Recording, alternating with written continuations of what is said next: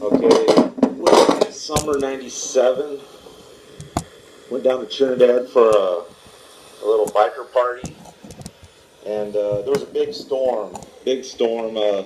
Whole bunch of fun stories from that night, but this has nothing to do with that night. The stage where the Winter Brothers were playing. I'm not sure if it was during their playing or through the night or whatever, but a huge log stage came down. We ended up staying in a motel that night, a bunch of guys, a few girls. Next morning, get up. As I'm walking out the door to get some fresh air, see what the storm did, guy hands me a bottle of whiskey. So I walk out on the front porch and I'm just drinking from this bottle of whiskey. And this guy walks out and says, damn, this early in the morning? I hand him the bottle, he took a drink. That was Ron. That's how I ended up meeting Ron. He was the lead singer of Treason. Now, there was 4 band members.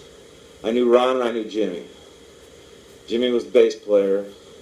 Ron, like I said, was the lead singer. The drummer was a very quiet man. And the lead guitar was a little bit on the, to me at least wise, a little bit on the quiet side, a little mysterious, didn't really talk that much. Both of them were good guys. But now I knew these guys, and they used to get tattooed by Jody Benner over there in Security Widefield area off of 85, 87. Mystical Illusions tattoo. And I knew Jody and Lyanna, their little boy. We used to party a lot together, have a good time. Well, got to know the band pretty good. They used to play all over the place. They're a really good band. Now, the music that you'll hear from them that I'm going to play, I ended up with this demo tape due to Jody left, went back to Oklahoma. I had it with construction work. Told the boss to go fuck himself, or at least was the owner's son, his stepson, Spet. Told him to go fuck himself one day, and I left. Well, the wife called me while I was driving back from Denver and said that she, not only had she used my tax return to buy the tattoo equipment we were kind of daydreaming about, looking up, finding out how much it cost, and wouldn't that be nice kind of stuff. Well, she bought it all. And rented a tattoo studio that Jody used to have. And when I found out about this, wow, that's pretty heavy. So I ended up, Ron would bring some friends of his over that needed tattoo work done over there. Then one day Ron shows up, and he hands me this demo tape and tells me to stash it, and he explained what happened. He said earlier that day, the FBI and a bunch of cops and stuff like that busted his place. Jimmy's place and the other 2 guys, which I'm so sorry I do not remember their names, busted up their places, not like destroyed stuff or anything, went through and snagged every bit of music they had for this one in particular song. Had all the paperwork right there. If they ever get caught playing that song again, they'll be serving 10 years in a federal prison. They had to sign away something or another and do this and do that to stay out of prison. Nothing got narked out or anything like that.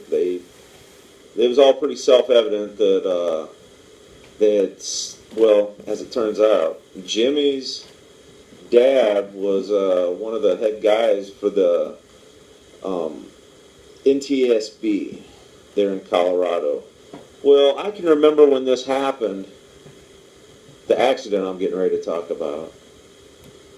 I did not know these guys at the time, but Ron and Jimmy, they lived right alongside a park.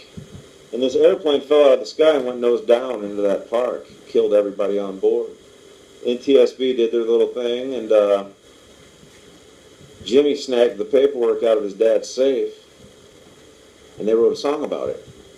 Because not only was it a very big portion of their childhood or their teen years or early 20s or however old they were during this, but that was like their backyard, that park, and this plane went down right there next to their place. So as living right there, and the dad being part of the NTSB, they wrote a song about it. The NTSB hid what really happened because of tourism. They didn't want to affect tourism in Colorado. So they blamed everything from, well, maybe not everything from, but they blamed the pilot, said he committed suicide. Brought disgrace upon that pilot's family, question at least. And to be honest, I don't truly know now, because I haven't looked it up but one time and didn't really read too much into it just to find out the numbers on the plane.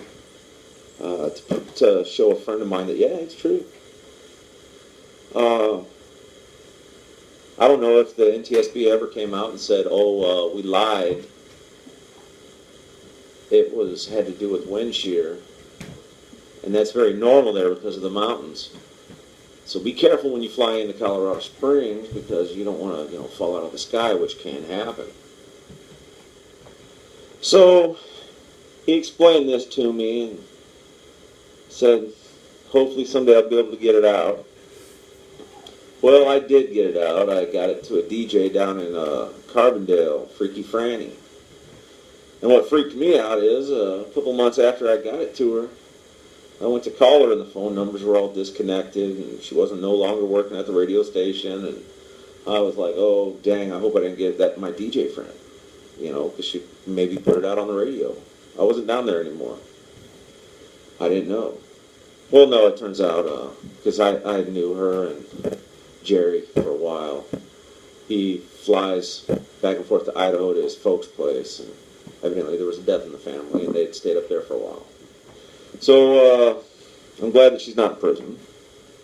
I don't know if she ever got the song out, so now I'm passing it on to whoever will try and pass it on. The name of the band is Treason, no longer named Treason. They got sued, and they ended up with some, I used to joke with them, some really weird name. They renamed their band after they had to drop their name. Some band in England was named Treason and sued them. Really good guys, fun to party with, great live band. I hope you enjoy the song. It's a true story.